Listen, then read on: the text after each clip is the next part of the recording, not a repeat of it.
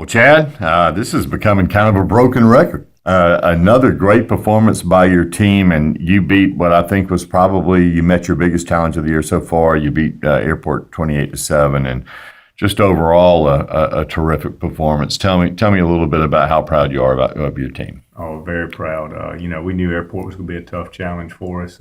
Explosive offense, had some good athletes and players on the field, and Coach Burnett does a good job with them. They've been a solid football program in the Midlands here for years. So going out and getting a win against those guys, that was a big deal. Real proud of our kids for being able to go out there and get it done. They jumped on you early when they broke a big one with Carrion, who's a great athlete, went 70-something yards, I think, took a 7-0 lead. Looking back on that, when that happened, was there any kind of like, oh boy, or did you feel like, no, we're going to be all right? Well, I mean, you hate to give up such a big play early in the game like that. I think that was like the third play of the game. He took off on that, and it's frustrating. But at the same time, it was early, so we knew there's plenty of time left in the game. We've been down at halftime the past 2 weeks against River Bluff and Batesburg and come back. So as early as that was, I think we were okay. We knew what we had to do, and offense on the sideline. Before we went out there, we knew we had to answer, and our offense did a great job of actually going down the field and responding and scoring the next drive. We had the ball to get things back evened up. There's so many storylines to look at on this 4-0 start for Gilbert. First of all, congratulations. You are in the state's, not the state newspaper, but the state of South Carolina's 3A top 10. You're ranked in the top 10 for the first time, and you were saying maybe since you were here as a player, which is a long time ago, wasn't it, Coach? Yeah, it was a long time ago. We're talking about 25 years ago or so. So it's been a while. And even though people say rankings don't mean anything, but in this case, it's got to be very gratifying because it just shows the progress that you guys have made. Absolutely. Let's be honest. Gilbert hasn't been ranked in a long time, and people don't always think of football with Gilbert. They think of baseball or some other sports and stuff. And so getting the football program to this point is exciting, but most of all exciting for these kids who, getting to taste a little bit of this success, and they like it. I know that you're very proud of Catrez Cook, who is most people that follow local football know by now. He was moved by you to running back this year after being a linebacker for 3 years, and he's running away so far with the Midlands rushing league and he's been terrific. But probably even more satisfying to you is he got a call yesterday and. Yeah, Catrez received his first offer. Newberry College offered him yesterday, and real exciting for him.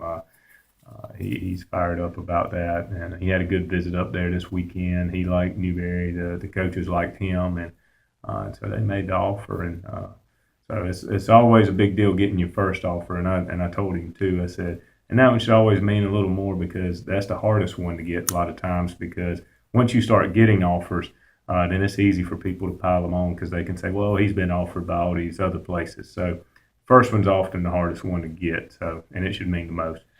In addition to getting the offer, he had another superb game, 257 yards rushing. He's also a workhorse. He got the ball 35 times, and he found the end zone 3 times. And I know, again, this is something we talk about week after week, but he just keeps getting the job done, even with defensive stack to stop him, doesn't he?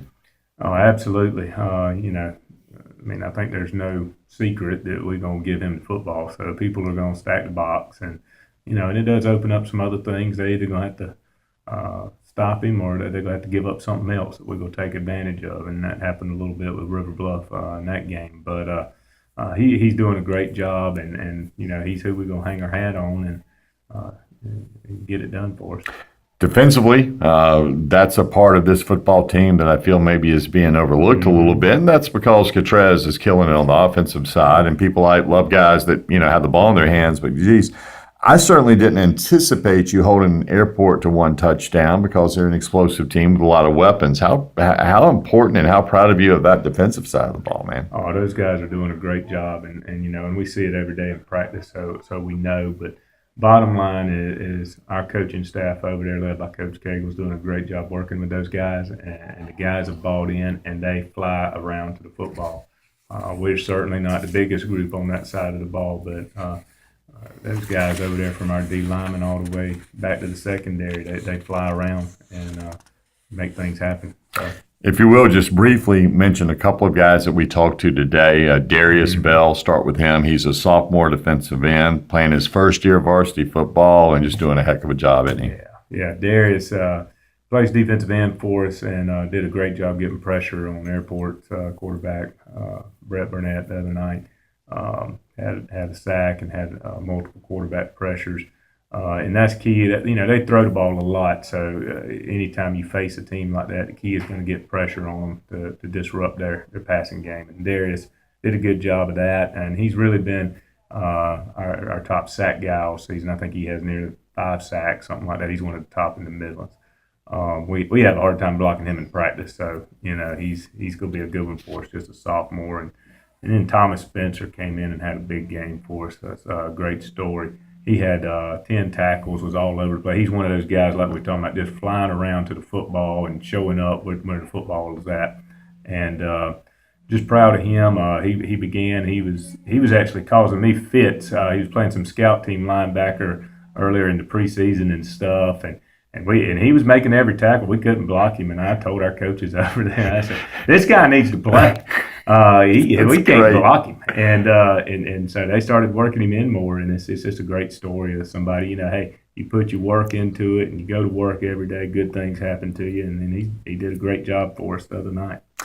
I was looking at you're kind enough, you and your staff send me complete statistics for you guys, and I was looking at team stats going through yours as opposed to your opponents, and I finally found the only big difference. I mean, there aren't any things that truly really jump out other than rushing yards, of course, with Catrez, but I think I found what the real deal is here, man, and it's takeaways. You guys have only turned it over twice the entire season, and yet you've forced 3 fumbles and recovered 3 fumbles, and you've already got 6 picks on the year.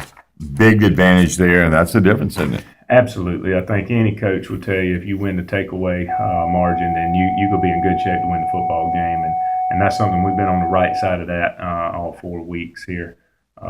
It's huge. Like I said, our defense, they fly around to the football, and they create trouble for other people's offenses, and you put pressure on a quarterback, he throws an interception. You get people to the football, you call somebody to fumble, they're there to get the recovery, and our defense has done a good job with that stuff, and offensively just taking care of the football, not getting caught up in that. Obviously, Catrez has carried it a lot for us and does a great job with that, but also our quarterbacks, Tyler before he was injured, and Josh, since he's come on, both of them do a great job of managing the game and taking care of the football and making good decisions. Last thing, this week you have an off week. You're 4-0. You're playing great football. You don't have really you're not beat up too bad, are you? You guys have had very good, knock on wood, I know. Right. Wouldn't you, if you could have it your way, wouldn't you rather play on Friday, keep it going? Yeah, as a coach, sometimes you got a lot of momentum going, and you don't want anything to stop that. You want to just keep your routine. So, but this is what it is. So we got a bye week. So what are we going to do to make the best of it? And the big thing is, there's some things fundamental wise that we wanted to get better at from what we've seen the first 4 weeks. So we're working on that stuff a little bit, and then we got a little time extra here to get ready for Dreer. So we do a little bit of that too, and. Because they're going to be a tough opponent for us coming up here in the last game of our non-region. Well, we'll be all over that next week when we come out and talk to you, and we'll talk about preparations for them. But, Coach, enjoy your Friday night, man. Well-deserved. 4-0. You're the team of the week in the Midlands for the local newspaper, and just a great job so far. It's a good story. Like it. Thank you.